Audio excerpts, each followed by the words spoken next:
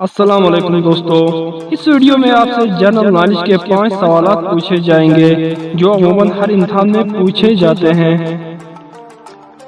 प्यारे दोस्तों, अगर आपने अभी तक मेरे चैनल को सब्सक्राइब नहीं किया है तो अभी कर लीजिए और इस घंटी को जरूर दबाएं। चलिए शुरू करते हैं वीडियो को।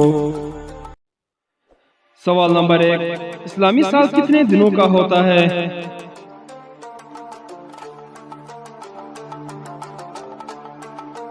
सही जवाब है 354 दिन 8 घंटे। सवाल नंबर 2, हजरत अली रज़ियल्लाहु तआला अन्हु को किसने शहीद किया था?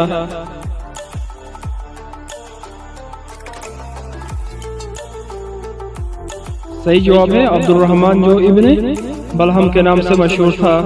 सवाल नंबर 3, मदीना मुनव्वरा में आप सल्लल्लाहु अलैहि वसल्लम ने मस्जिद नबी की बुनियाद कब रखी थी?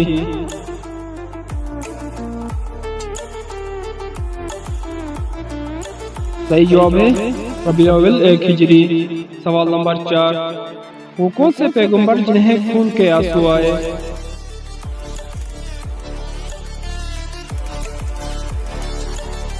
सही जवाब है हज़रत याकूब अलैहिस्सलाम।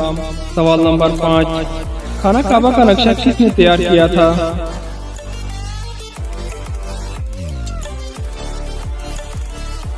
सही जवाब है हज़रत जिब्राइल अलैहिस्सलाम ने।